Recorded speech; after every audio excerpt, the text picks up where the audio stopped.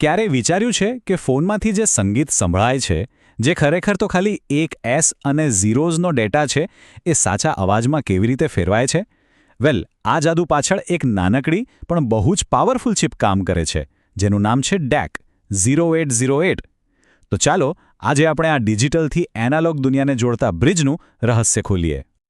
Okay, તો આજે આપણે શું જોવાના છે?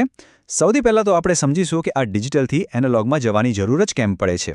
પછી આપણે ફોકસ કરીશું આપણી મેઇન ચિપ DAC 0808 પણ, એ કઈ રીતે કામ કરે છે એની પાછળનું ગણિત પણ જોઈશું. અને છેલ્લે આ બધી થિયોરીને પ્રેક્ટિકલમાં ઉતારીશું અને જોઈશું કે એને 8051 માઇક્રોકન્ટ્રોલર સાથે કેવી રીતે જોડી શકાય. તો ચાલો શરૂ કરીએ. તો સૌથી પહેલાં એકદમ બેઝિક સવાલ પર આવીએ. જો કમ્પ્યુટર તો ખાલી બે જ વસ્તુ સમજે છે, 1 અને 0. એની દુનિયા બ્લેક એન્ડ વ્હાઇટ જેવી છે. તો પછી એમાંથી અવાજની સ્મૂધ લહેરો કે પછી લાઇટનો ધીમો વધતો પ્રકાશ જેવી એકદમ કોન્ટિન્યુઅસ વસ્તુઓ કઈ રીતે બને છે? આ જ તો મોટો સવાલ છે, અને એનો જવાબ જ આપણને આપણા આજના ટોપિકના કેન્દ્રમાં લઈ જશે. અને આ સવાલનો જવાબ ખબર છે? એક બ્રિજમાં છુપાયેલો છે. હા, એક એવો બ્રિજ જે કમ્પ્યુટરની એ 1 અને 0 વાળી ડિજિટલ દુનિયાને આપણી આસપાસની રિયલ એનાલોગ દુનિયા સાથે જોડે છે. ચાલો તો પછી આ બ્રિજ પર એક નજર કરીએ. આ બ્રિજનું ટેકનિકલ નામ છે ડિજિટલ ટુ એનાલોગ કન્વર્ટર, અથવા ટૂંકમાં કહીએ તો DAC. એને એકદમ સ્માર્ટ ટ્રાન્સલેટર સમજી લો. એ શું કરે? એ કમ્પ્યુટરની ડિજિટલ ભાષા એટલે કે 1 અને 0 લે છે અને એને આપણી ભૌતિક દુનિયાની ભાષામાં એટલે કે વોલ્ટેજ કે કરંટ જેવી વસ્તુઓમાં ટ્રાન્સલેટ કરી દે છે. સિમ્પલ? તો હવે આપણને એ તો ખબર પડી ગઈ કે DAC શું છે. તો ચાલો હવે ઇલેક્ટ્રોનિક્સની દુનિયાના એક ખૂબ જ જાણીતા અને ક્લાસિક કમ્પોનન્ટને મળીએ, DAC 0808. આ ખાલી એક ઉદાહરણ નથી હો, આ તો એવો કમ્પોનન્ટ છે જે અસંખ્ય પ્રોજેક્ટ્સનો પાયો રહ્યો છે. આ રહ્યું એ DAC 0808. અહીં આપણે એની આંતરિક રચના જોઈ શકીએ છીએ. જરા ધ્યાનથી જુઓ.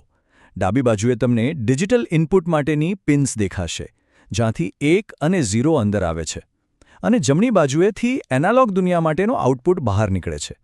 બધો જાદુ બસ આ નાનકડી ચિપની અંદર જ થાય છે. તો DAC 0808ની ખાસિયત શું છે? વેલ, એ 8 બીટનું DAC છે. હવે 8 બીટનો મતલબ શું?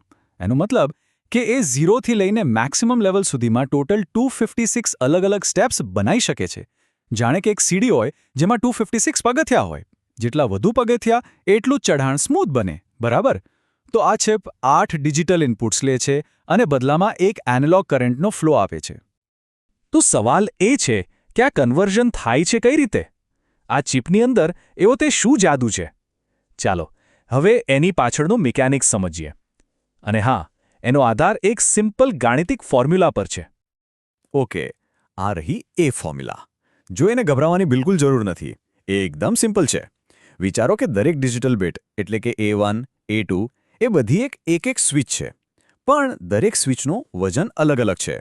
A1 સૌથી વજનદાર સ્વિચ છે અને A8 સૌથી હલકી. તો આઉટપુટ વોલ્ટેજ શું છે?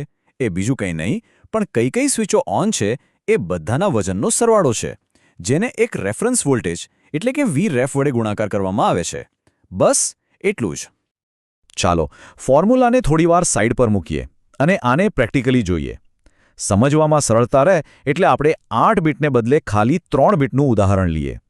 જુઓ ટેબલમાં, જ્યારે બધી સ્વિચ બંધ છે એટલે કે 000, ત્યારે આઉટપુટ છે 0 વોલ્ટ. હવે જેવી સૌથી હલકી સ્વિચ ઓન થાય છે એટલે કે 001, તો આપણને 0.625 વોલ્ટ મળે છે.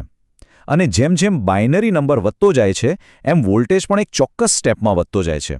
દેખાયું ને? ઠીક છે, તો આપણે થિયરી તો સમજી લીધી. હવે સમય છે પ્રેક્ટિકલનો. ચાલો હવે એ જોઈએ કે આ ચિપને 8051 જેવા કોઈ માઇક્રોકન્ટ્રોલર સાથે એક રિયલ સર્કિટમાં કેવી રીતે કામે લગાડે. અને આ રહ્યું એનું આખું સર્કિટ ડાયાગ્રામ. અહીં આપણે જોઈ શકીએ છીએ કે DAC 0808 ચિપ 8051 માઇક્રોકન્ટ્રોલર સાથે કેવી રીતે જોડાયેલી છે. હા, હું માનું છું કે પહેલી નજરે આ થોડું કોમ્પ્લેક્સ લાગી શકે છે, પણ ડોન્ટ વરી, આપણે આને 4 એકદમ સિમ્પલ સ્ટેપ્સમાં સમજીશું. તો ચાલો આ કનેક્શન્સને એક પછી એક સમજીએ. Step 1, digital inputs. DACની જે 8 ડેટા પિન્સ છે એને સીધી માઇક્રોકન્ટ્રોલરના પોર્ટ સાથે જોડી દેવાની. Step 2, reference voltage. આપણે VREF પિન્સ વડે આઉટપુટની રેન્જ સેટ કરીએ છીએ કે ભાઈ મિનિમમ અને મેક્સિમમ કેટલું વોલ્ટેજ જોઈશે. Step 3 power supply. દેખેતી વાત છે, ચિપને ચલાવવા માટે પાવર તો આપવો જ પડશે. અને છેલ્લે સ્ટેપ 4 આઉટપુટ કન્વર્ઝન. આ બહુ ઇમ્પોર્ટન્ટ છે.